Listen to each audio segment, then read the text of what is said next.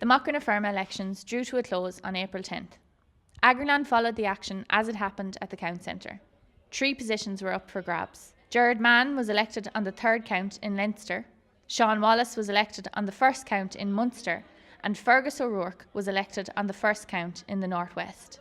Agriland spoke to all 3 Vice President-elects after the count.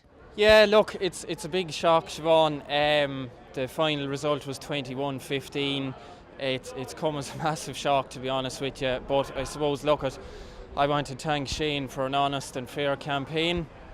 And I suppose in particular I want to thank my family, friends and supporters for travelling the neck and breadth of the Northwest over the last number of months. There's been a big effort put in and thankfully it has come to fruition today. Within the first year I hope to get round on every club at least one meeting per year to try and see what's happening on the ground, because ultimately it's a member-driven organisation and I think we must never forget that. So that will be central to my vice presidency, will be the member. Oh, I'm delighted.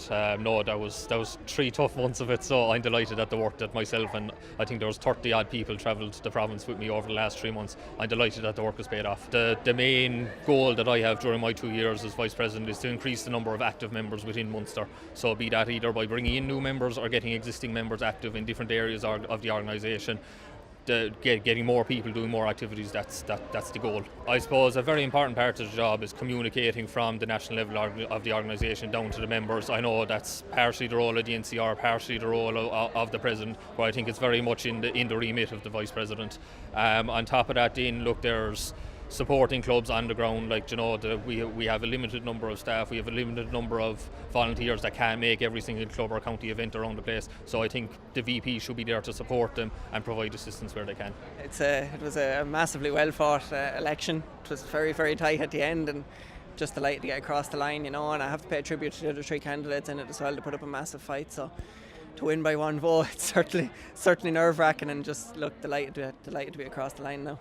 Look, member development is a major issue from here on. There'll be a lot of focus on that. I'll be out meeting members and meeting clubs and counties and listening to what they have to say and where we go from here and trying to develop members. But as you say, I've also been chair of the Rural Youth Committee, and that will certainly be a key issue for me going forward. Rural Ireland has certainly been left behind, and I think it's something that needs to be focused on, and I'll be working alongside the presidential team to ensure that the voice of rural Ireland is heard. But look, I think the elephant in the room really is Brexit.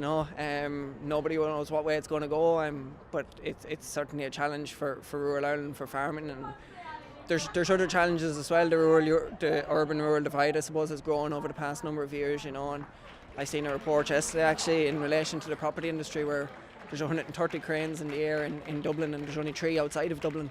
So it shows a massive divide that's there, and I think we certainly need to focus on that and ensure that investment in Dublin is spread outside of the area as well.